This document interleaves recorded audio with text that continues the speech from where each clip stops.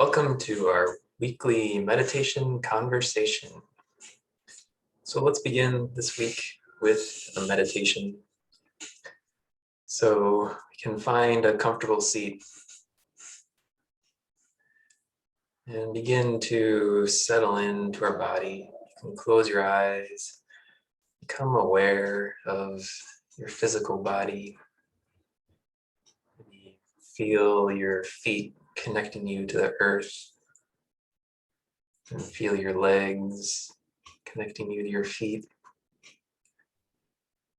And then you can notice your hips connecting you to the chair. Become aware of your torso above your hips.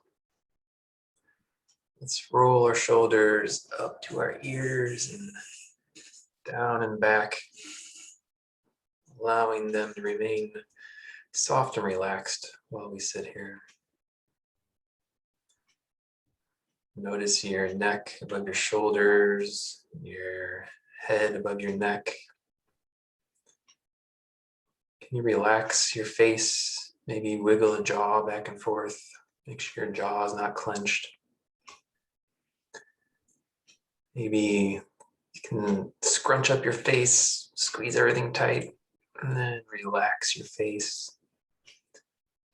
Notice if your eyebrows are crunched up, if your forehead's wrinkled. Just allow your face to relax, allow your head to relax. So let's start today with a breathing technique. It's a very simple technique, inhaling to a count of 5 and exhaling to a count of 5. And this rhythm, if we allow ourselves to settle into it, it sets up a resonance in the brain. And everyone's rhythm is slightly different. Maybe you count to 4 for each breath, maybe 5, maybe 6. So feel free to play around with it a little bit. Just find a rhythm that feels comfortable to you. And then just allow your body to relax into this inhale and exhale, this pattern of breathing. So let's start that a little bit on our own, and I'll start a count to get us started. But then after that, like I said, feel free to feel it in your body. Find a rhythm that feels good for your body. So we can start by exhaling all together. Now we can inhale, 2, 3, 4, 5, and exhale, 2, 3, 4, 5.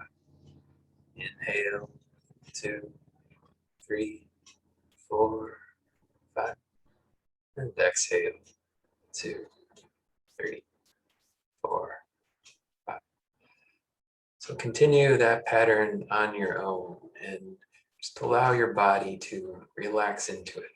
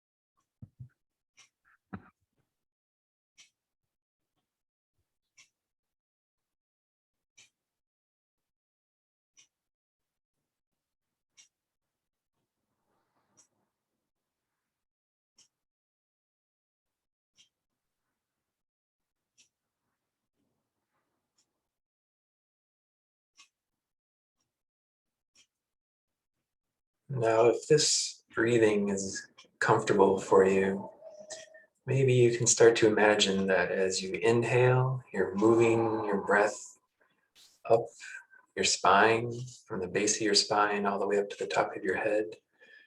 And as you exhale, move the breath back down from the top of your head all the way down your spine to the base of your spine. So maybe just play around with including that in your breathing. So inhale to a count of 5, moving the breath up the spine to the top of the head. And exhale, allowing the breath to move back down the spine.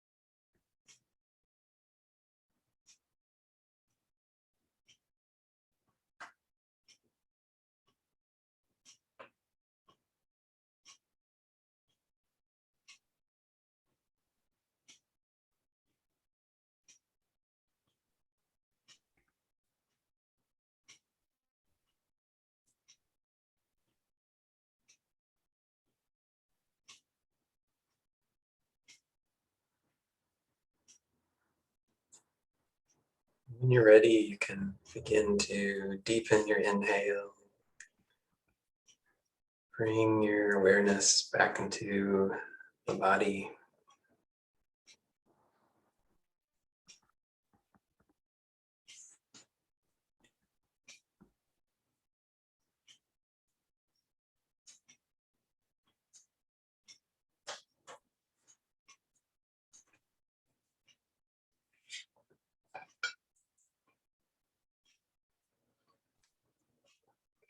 When you're ready, you can open your eyes and rejoin us.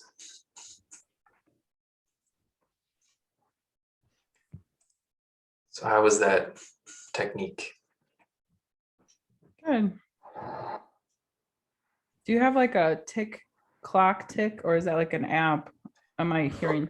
Oh yeah, no, there is a clock in the room. Do you hear that coming through? Oh yeah, it's actually pretty like I thought it was intentional. It's fine. Oh, yeah, good. Was it helpful? Not distracting? No, it was fine. It was like rhythmic and everything. Oh, yeah. Actually, I sometimes I don't even notice it anymore. So yeah, yeah. So did you kind of feel that sensation of moving the breath up and down the spine? Did that make sense? Yeah. Like some of the things are sort of abstract, but I've gotten Okay. used to it. I've been meditating for Okay. about 6 years now. Mhm. Yeah, that's become my favorite meditation technique recently. I read it in this For book. you. Yeah, this book called The Healing Power of Breath. It's by two Okay. medical doctors actually. Huh. But it's that's one of the techniques that they teach, and that's um, I find that to be really soothing for me, really relaxing for me. So I've been doing that one a lot lately. And they talk about how that breathing rhythm of, you know, when you count to five, that's about 6 breaths per minute. You know, so it's about 10 seconds per breath, so about 6 breaths per minute. They said that rhythm, I mean, everyone's a little bit different, but somewhere around that frequency, everyone has a natural breath that creates a resonance. And there's been some like brain scan studies, and the that pattern can help synchronize brain waves and things like that, and just kind of, so I think That's cool. yeah, that's part of why it feels so relaxing and soothing, because it helps calm, instead of the brain activity going in all different directions, it gets the brain activity moving in one synchronous um, movement activity. Yeah, makes sense. So Well, yeah. it's a place to focus the breath. I've heard of like belly breathing, like you when you see a little baby breathing, they breathe with their whole stomach and like doing that as we get older.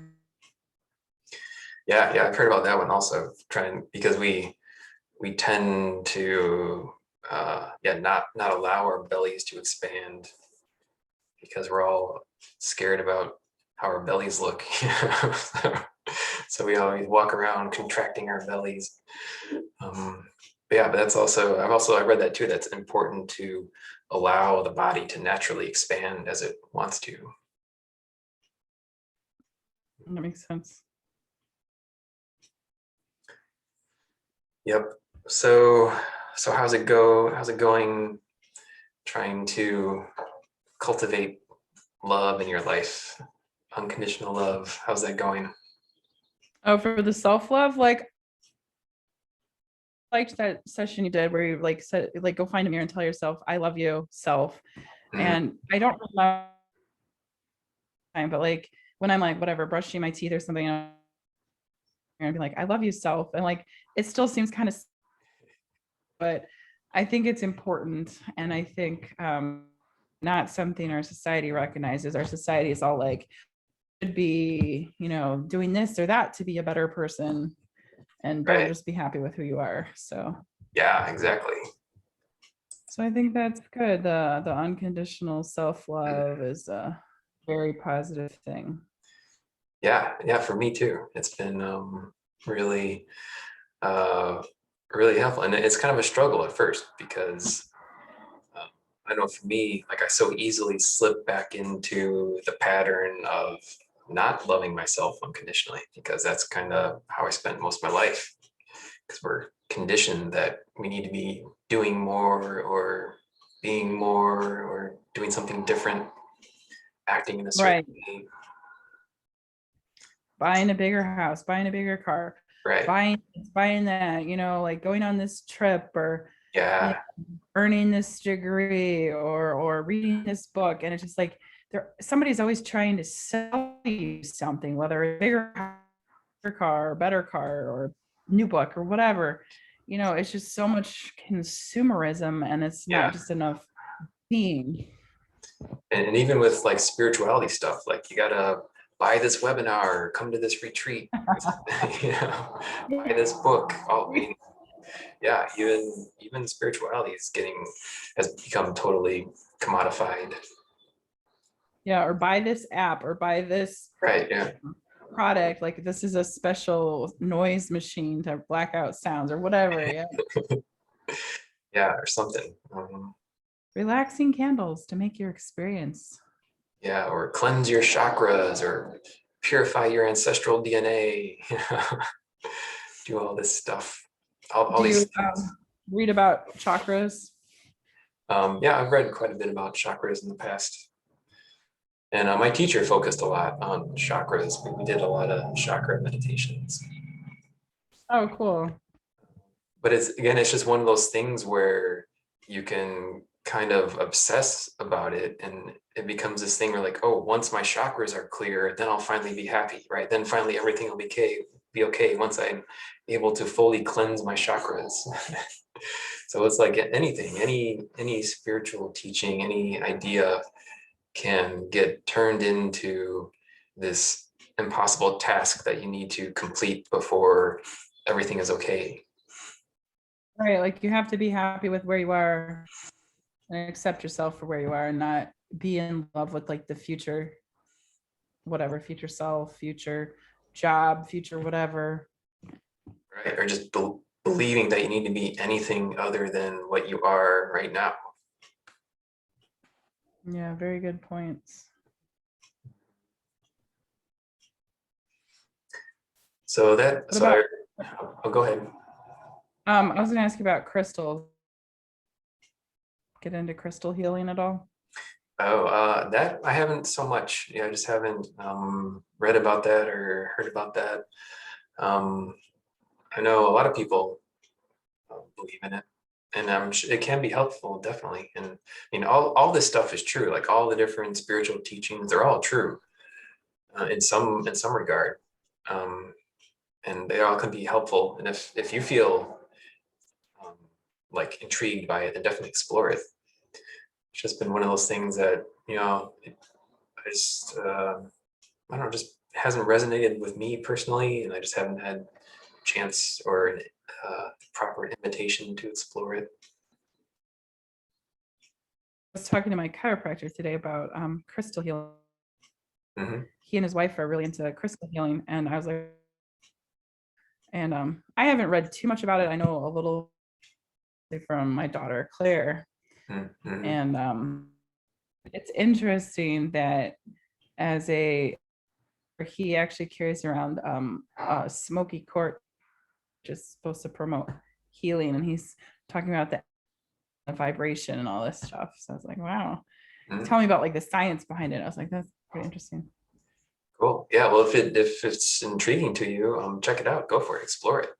Because, like I said, different things work for different people, and if we're all different, and if something appeals to you, something resonates with you, then check it out. Explore it. It might be something that can help you. Definitely.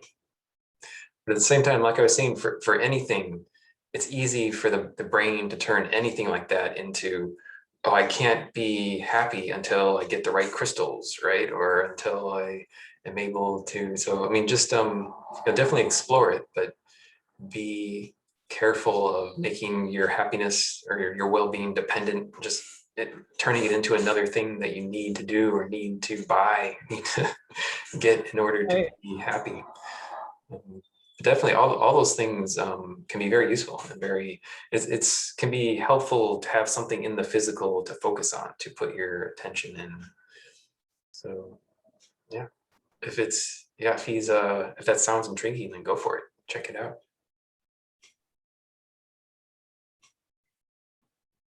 Cool.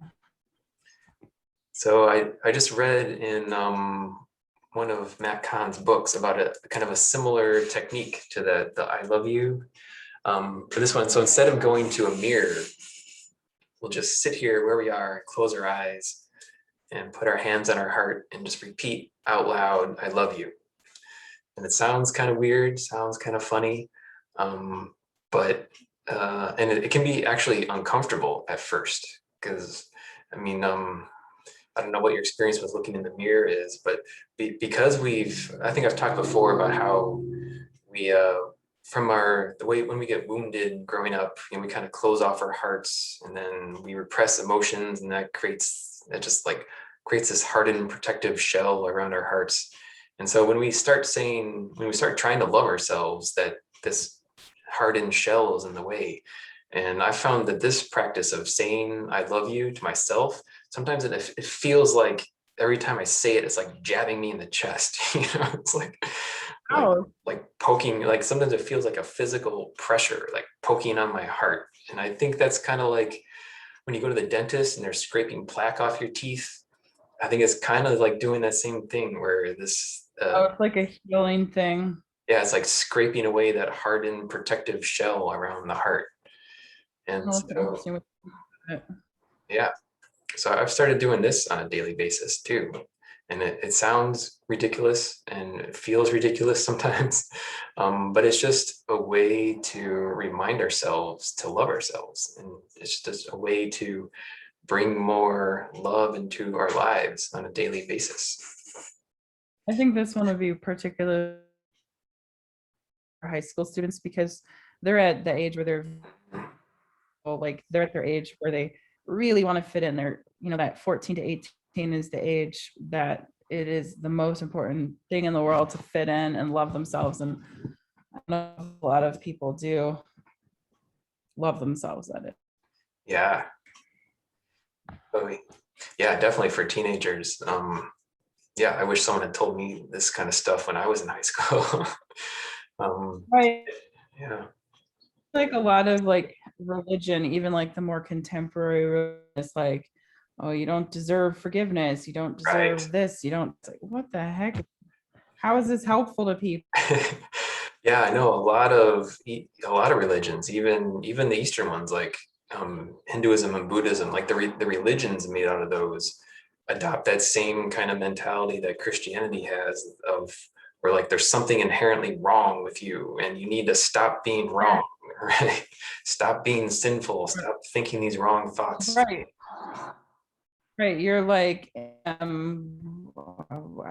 what's the word? You're a sinner and you're always going to be a sinner. And it's just so negative. Right, yeah, like you're inherently bad. That people are inherently, hey Leia, she's a cutie. Hey, she was really, really sick this week. We took her to the vet. I didn't Oh even no. Facebook. She was vomiting a lot, but she lost some. She's okay. They think she has irritable bowel syndrome. Oh no. So she got a steroid. Yeah, she got a steroid shot, and she's sitting right here. So cute. She likes to sit on my armrest. Yeah, cute. Okay, so let's try it. Let's try this exercise. I'm going to set my timer for 1 minute, just 1 minute. Okay. And it's going to probably seem kind of ridiculous. And I recommend like doing it playfully and like changing up your tone of voice, be like trying, different melodies like I love you, I love you, I love you, make it silly and playful and not so serious. Okay. Okay, so let's settle into our seats, close our eyes. Let's take a deep cleansing breath first. So let's inhale fully and then exhale, relaxing, letting go of any stress, any tension. So now put our hands on our heart, and I'm going to start my timer, and we're just going to say I love you over and over again for a minute. So here we go. I love you. I love you. I love you. I love you. Love you, Maria. I love you. It's a really long time. I love you. Oh, Love you. Love you. Love you. I love you. I love you. I love you. I love you.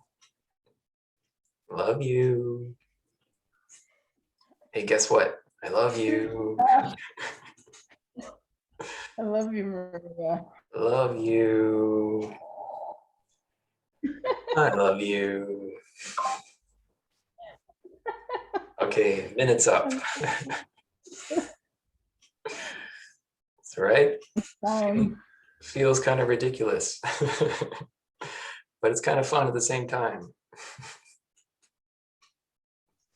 Pretty harmless. Yeah.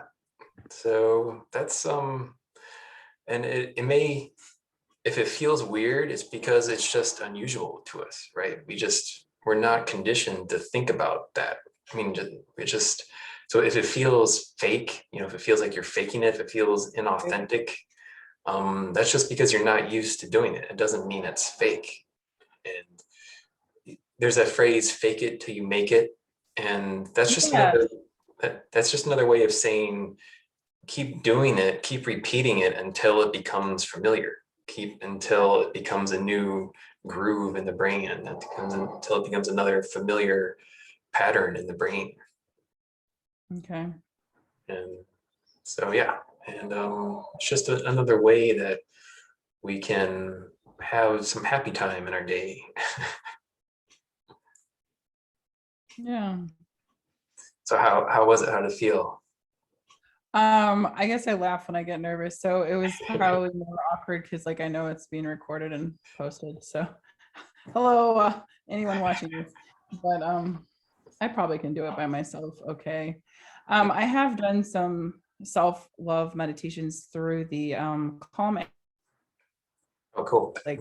forgiveness meditations, where you think of somebody in particular that you have, whatever animosity towards, and send them good thoughts or whatever. And those I think are harder. Mm-hmm. For me anyways, depending on who I'm, thinking of. But I think it's important to explore those feelings or whatever. Yeah. And so the connect the heart, but this was new. So. Amazing how much new stuff is in these meditations. Yeah, well, because it's I mean, any good spiritual path is constantly evolving to meet the needs of the time, right? I think that's where a lot of religions go wrong, is because they get stuck in these rituals that were developed like 2,000 years ago that made a lot of sense at the time, but right, explaining phenomenon that they didn't have the science for and stuff. Right. But in the past 2,000 years, a few things have changed in the world. So what worked back then doesn't necessarily work. It's not necessarily the best approach on the current day. Yeah, for sure. Mm-hmm. Sure. Yeah, that's why I really like lately this guy, Matt Kahn. I know I've talked about him a lot. And have I mentioned him? You can look him up on YouTube. He's got a bunch of free videos on YouTube. Oh, meditations, nice. Well, more like talks and exercises like that. Yeah, just where he talks about mostly about love, about unconditional love, loving ourselves, loving the world, loving the crazy shit happening in our lives.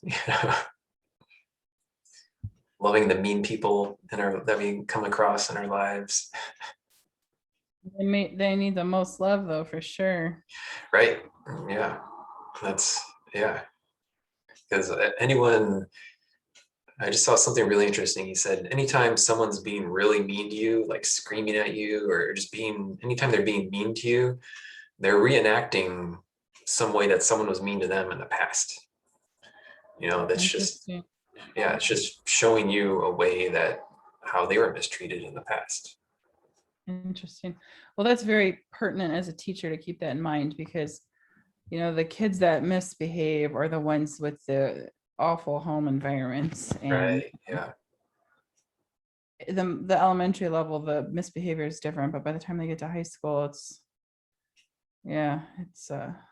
hard. I bet, because then they start figuring out how to like really get under your skin probably when they're in high school. And I'm pretty patient, but it's always good to add skills to my toolbox, so to speak. Yeah, for sure. Yeah, and especially as a teacher, I'm sure, um, yeah, kids probably tend to want to lash out at you.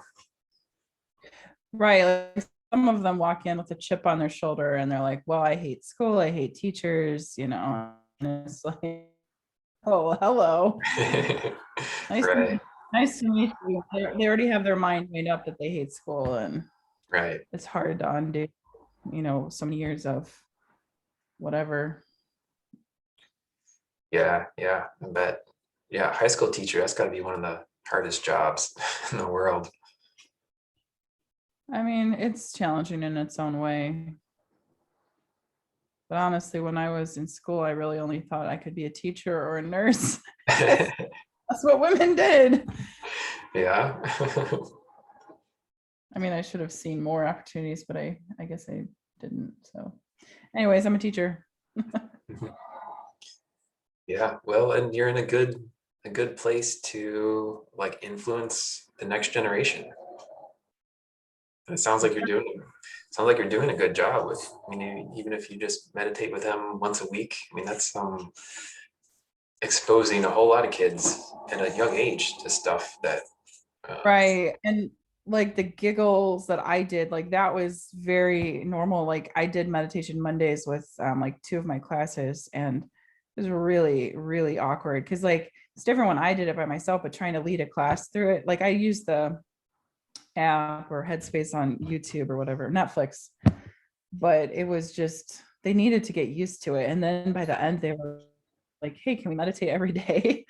And so they liked it. And I had them like write feedback, like a little writing assignment about it. And they all liked it. There was one student that wasn't comfortable with it, but liked it at the same time. So I appreciated seeing all that feedback because, now instead of somebody when they get mad and want to like throw hands at someone, so to speak, they can maybe like take a deep breath and calm themselves.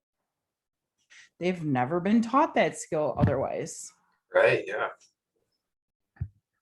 yeah, that's awesome.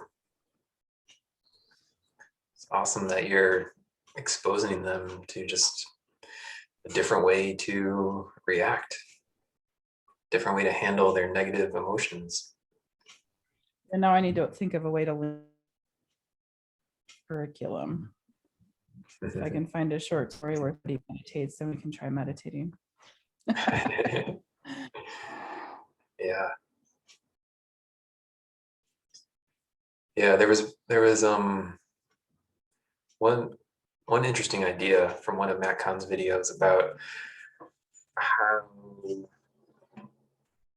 it's difficult in the world because most people that we meet or talk to, or some people are just really determined to be negative, right? They're really confident that the world is a mess and their life is a mess and your life is a mess. And um, so yeah, he talks about how uh, in that situation, it's especially people like us that are more kind of like quiet and sensitive and not so domineering. We often, when we meet someone like that, we kind of just give in to their point of view, right? When they're so confident about it and so domineering. And so he talks about how when we're faced with someone like that who's super negative, we just have to be equally confident in our positivity. And Oh, that's interesting.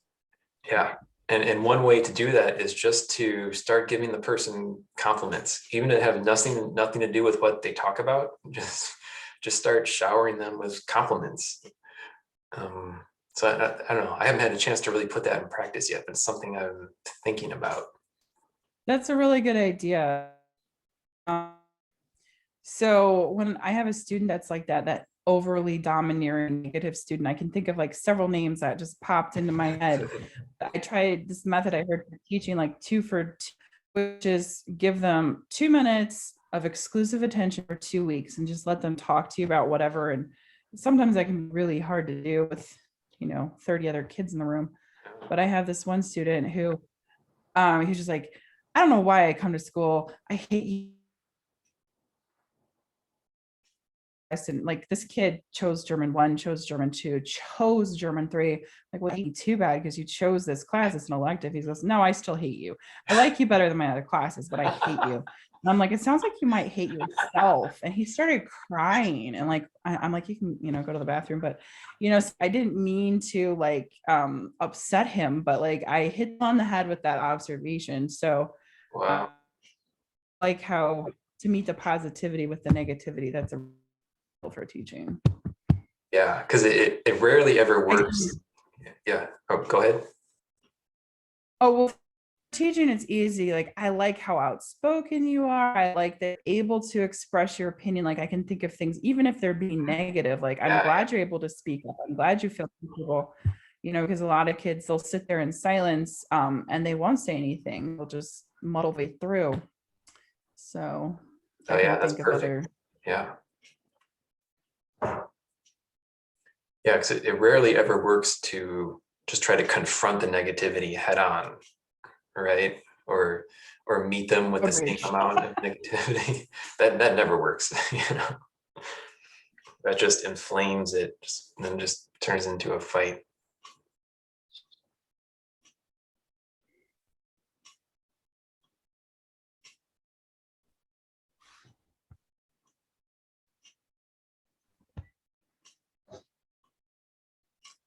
Yeah, so let's just that's something I heard recently that I thought was really interesting.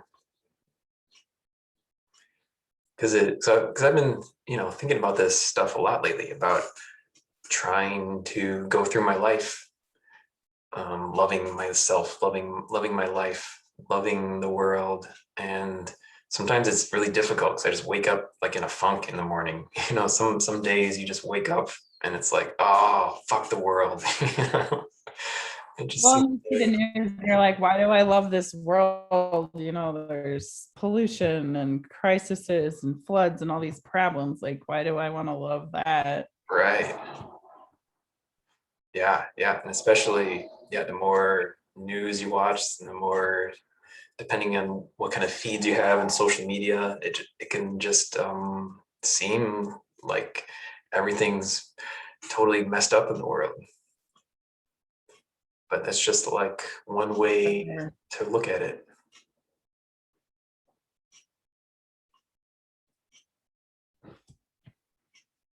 Mhm. All right, so you want to meditate again? Let's do one of our heart chakra meditations to cultivate love in our hearts. So you can get comfortable in a seat, close your eyes, settle into your body,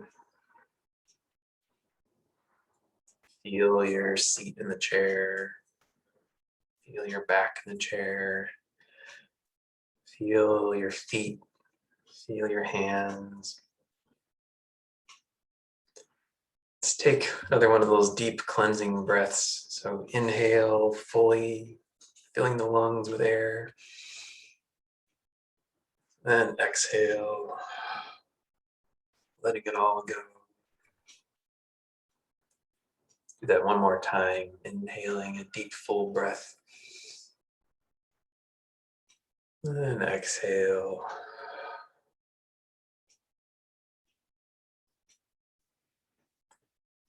Now imagine that you're holding in your arms in front of your chest, or pressed against your chest and your arms.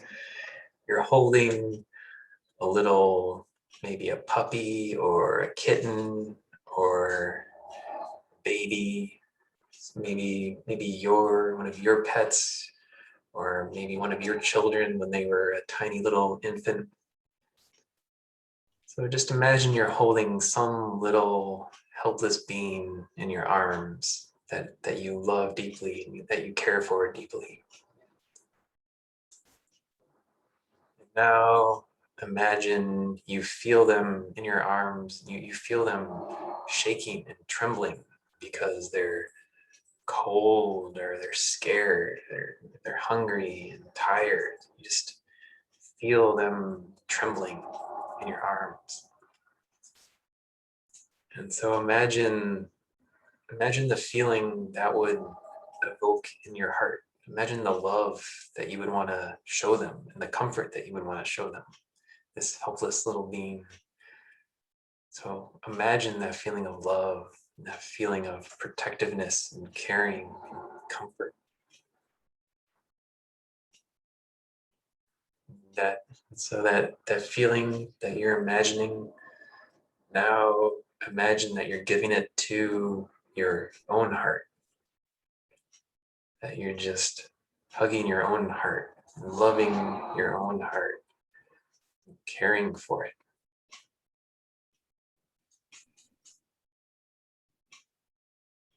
So imagine you're just feeling your heart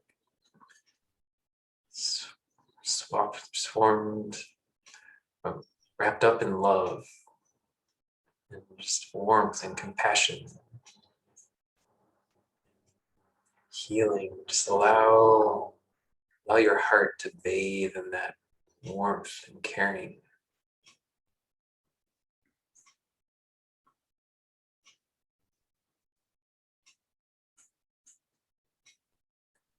So while we sit here for the next few minutes, just keep imagining that feeling. Just keep feeling your heart full of love.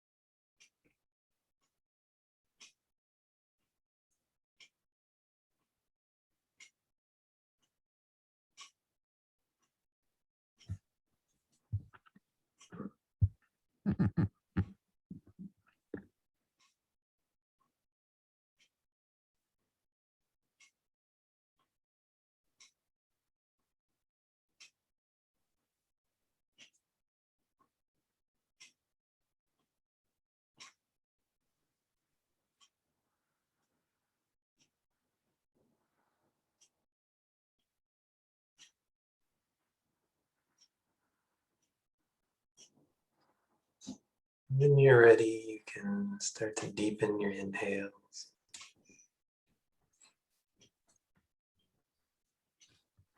Bringing your attention back into the physical body.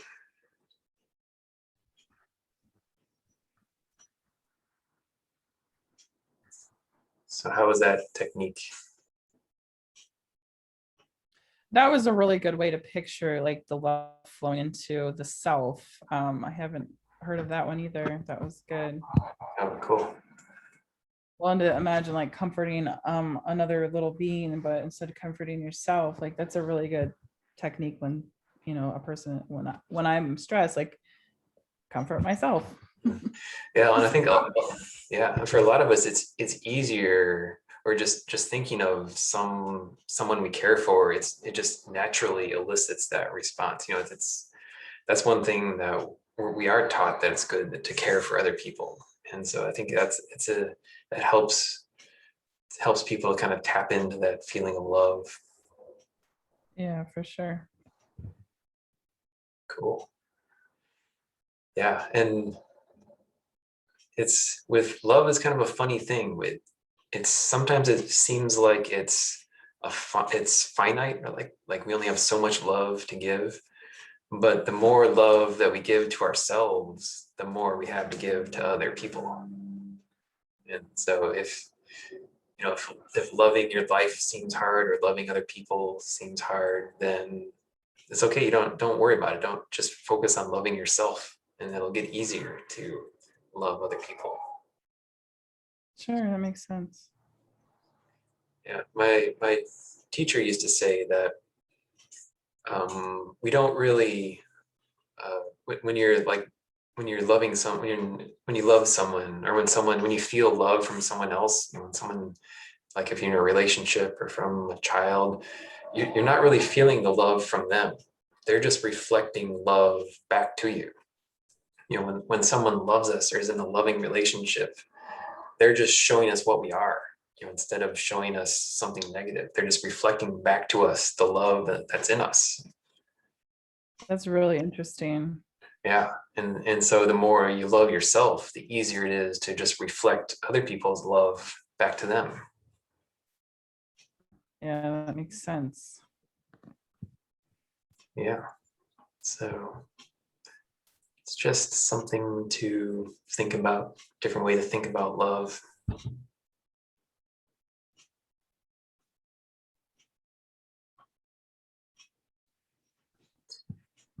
Cool. So it's about 6 o'clock my time. I think we can call it a night. Okay. Cool. So thanks for tuning in again. All right. We'll have a good retreat next week. Thanks. Yeah. So like I mentioned, I'm not going to be here next week, but we'll meet again in 2 weeks. All right. Sounds good. Cool. All right. Great to see you again. All right. You too. Take care. All right. Bye. All right. Bye.